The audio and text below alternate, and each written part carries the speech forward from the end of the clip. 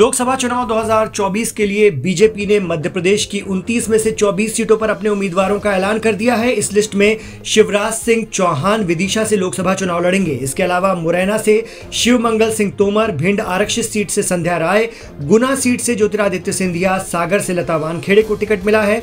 भोपाल से साध्वी प्रज्ञा ठाकुर का ticket cut गया है।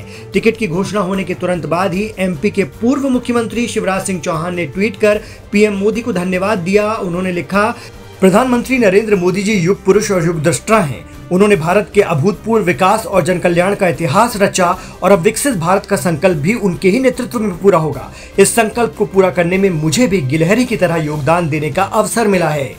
इस बीच विदिशा में पूर्व सीएम शिवराज सिंह चौहान के घर पर जश्न का माहौल देखा गया। शिवराज सिंह चौहान ने मंदिर में पूजा अर्चना की और उनकी पत्नी साधना सिंह ने आरती उतारी।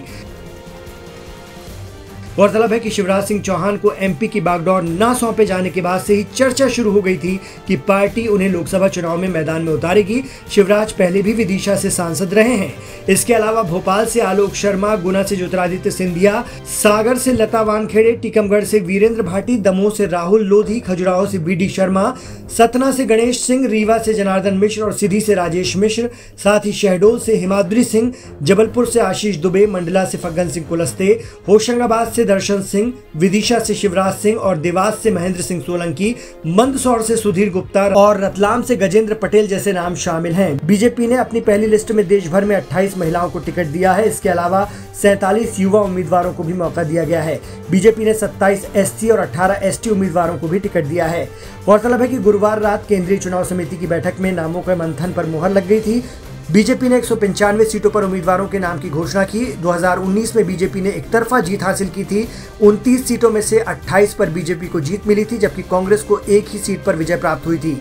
इस सीट पर कांग्रेस के नकुलनाथ जीते थे, जो छिंदवाड़ा सीट है और कमलनाथ का गढ़ मानी जाती है। हालांकि बीजेपी ने एमपी की छिंदवाड़ा सीट से उम्मीदवार का ऐलान फिलहाल नहीं किया है। उम्मीदवारों के ऐलान के साथ ही मध्य प्रदेश में सियासी पारा चढ़ गया है। अब देखना होगा कि बीजेपी बाकी बचे नामों का ऐलान कब करती है और कांग्रेस कब तक अपनी सूची लेकर आती है।